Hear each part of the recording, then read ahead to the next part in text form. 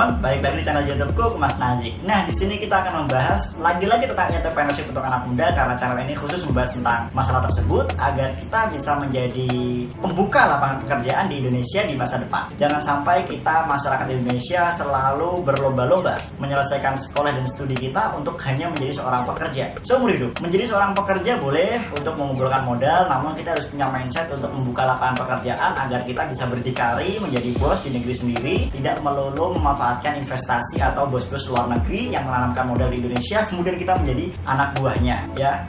Apalagi menjadi anak buah seumur hidup. Mengumpulkan modal saja juga boleh untuk berbisnis dengan menjadi pekerja, namun jangan selamanya menjadi pekerja. Nah, pada kesempatan kali ini aku akan membahas khusus untuk teman-teman yang muda semua tentang pertanyaan terbesar teman-teman yang menjalankan bisnis. Kenapa sih bisnisku selalu merugi dan tidak berkembang?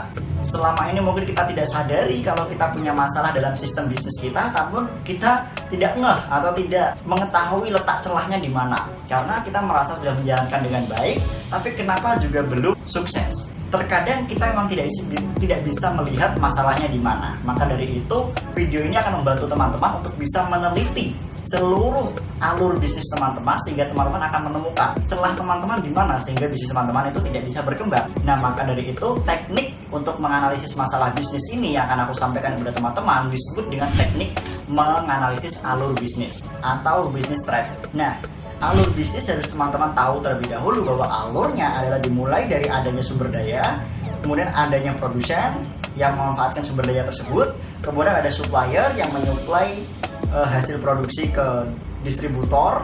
Sama seperti distributor, cuman supplier itu kelasnya lebih besar lagi ya. Distributor itu mendistribusikan kepada retail, atau retail ini adalah kita, orang yang menjualkan dengan jumlah yang sedikit atau satuan, itu retail.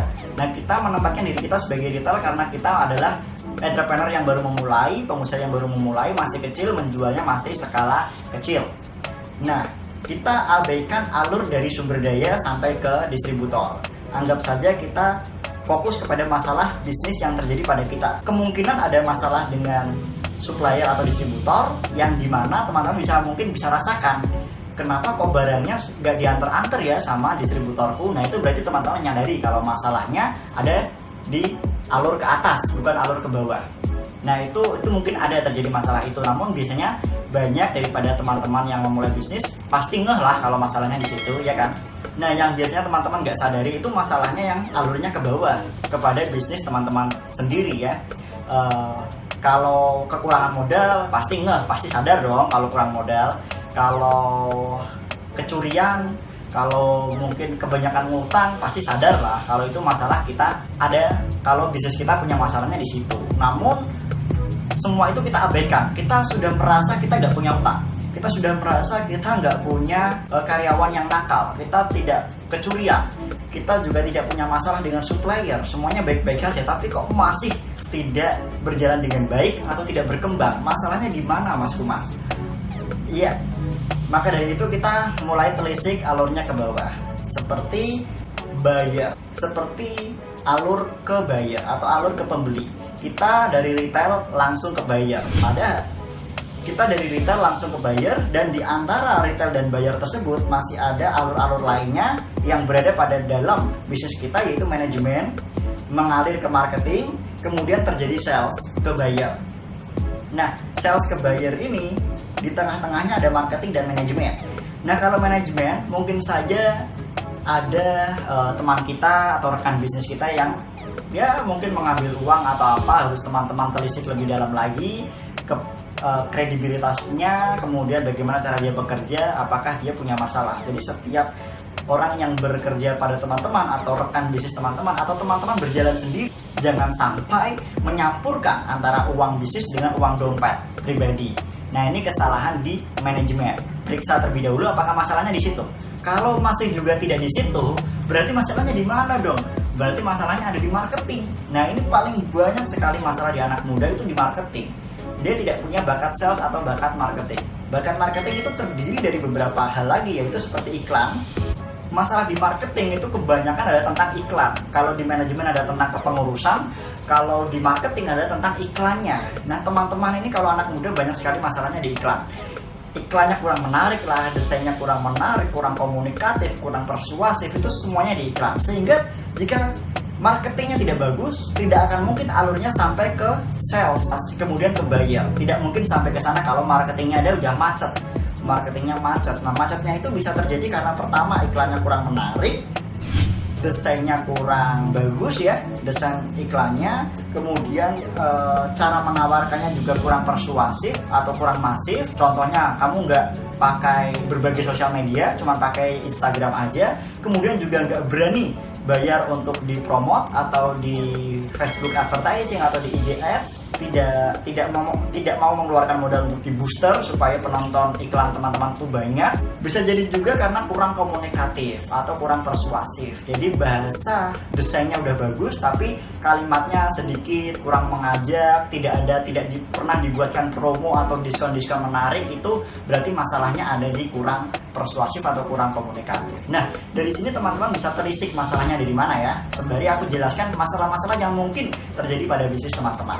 Nah, kalau misal iklan sudah menarik, sudah persuasif, desain sudah bagus, tapi kok masih nggak sukses Mas Kumas, berarti masalahnya di mana Mas Kumas? Berarti masalahnya ada di sales, ya, karena marketing udah nggak ada masalah ya, udah teman-teman teliti, berarti masalahnya di sales. Nah, sales itu mungkin teman-teman hanya menggunakan Instagram saja untuk sarana menjual, sehingga pembeli teman-teman harus men-DM. Padahal teman-teman harus juga hadir ke marketplace seperti Shopee atau Tokopedia di mana transaksinya akan lebih aman. Nah, ini berarti masalahnya ada di sales. Terjadinya ketidakpercayaan transaksi karena tidak ada pihak ketiga yang akan menangguhkan uang sebagai jaminan keamanan. Kalau di Tokopedia, di Shopee kan uangnya masuknya ke Tokopedia dulu baru diberikan ke penjual ketika barangnya sampai.